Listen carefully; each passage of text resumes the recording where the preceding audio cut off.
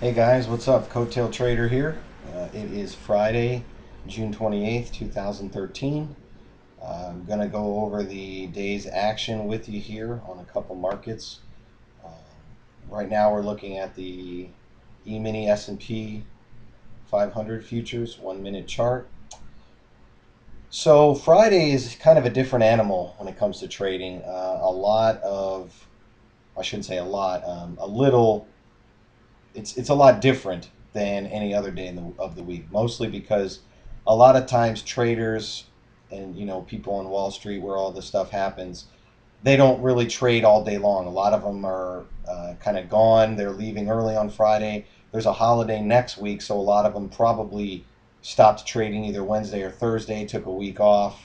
Your hedge fund types and all that. So I wouldn't even expect to see a lot of volume next week either. But Fridays in particular, a lot of people just aren't trading on that day, especially when there's no news or anything like that, which today there was no news, nothing of significance anyway, that has a market moving effect.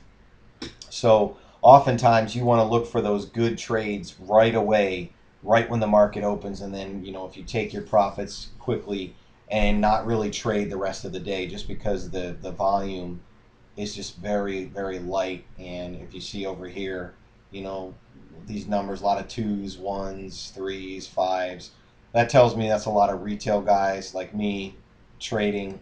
So those guys tend to mess up the levels a lot when they're just kind of left alone to do their own thing, and the professionals aren't in there. The market guys, the retail guys, they kind of screw everything up.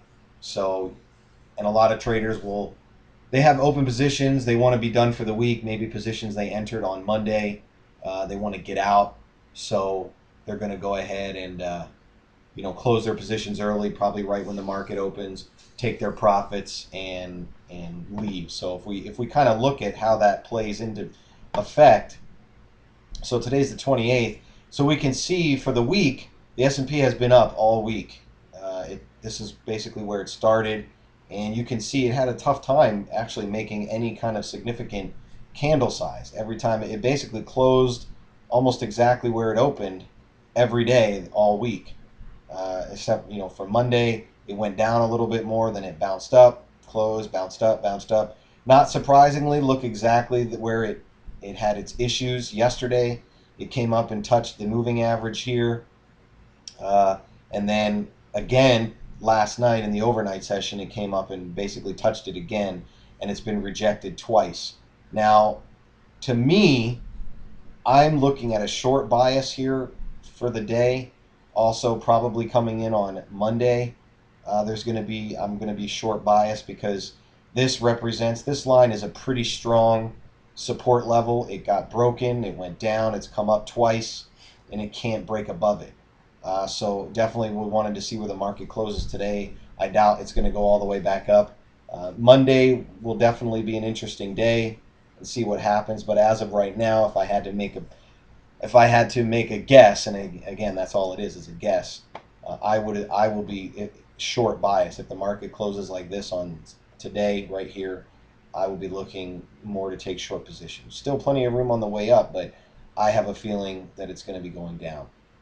So if you look here, though, if this is Monday, traders who got into their positions here, and they're up here today, they're not really anticipating prices going higher than this. You can tell it's been rejected twice off here.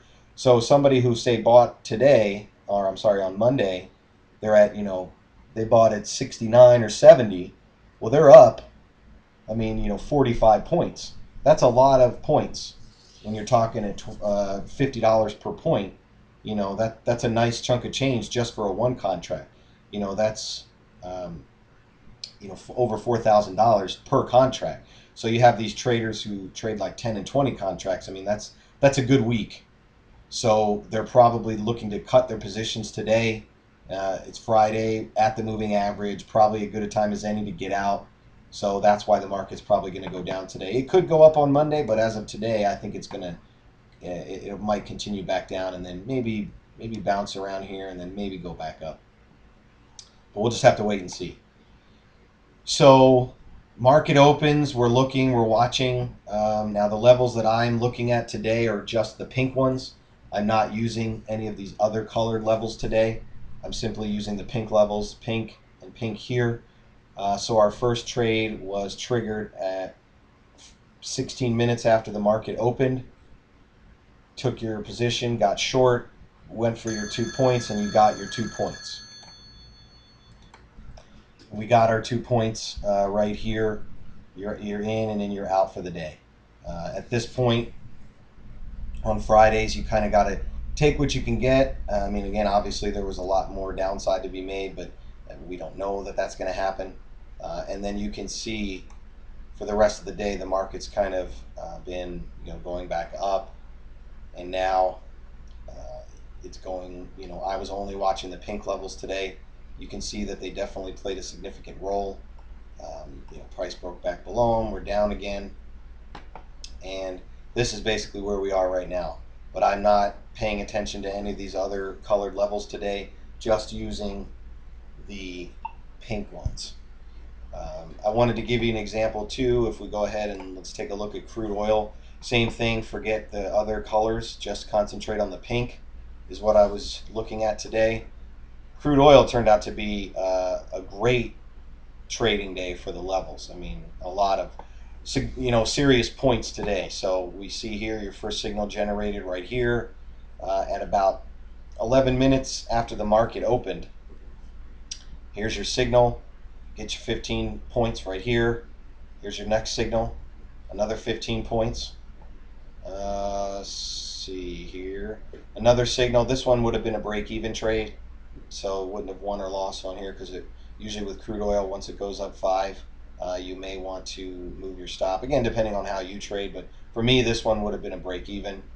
This one would have been actually a loss, so you would have had one loss here. Let's see, and then you would have made it, so you would have had a loss, a break even, and then another trade triggered right here, which worked out 15 points. Another one right here, which would have gotten you to about maybe plus 1 or 2. Let's see, 85. Yeah, probably about 2 ticks right there. Then you get another trade right here, another 15, and definitely would have been done for the day on that one. So pretty good day in the crude oil. So if we kind of count it up here, we'll see we got 1.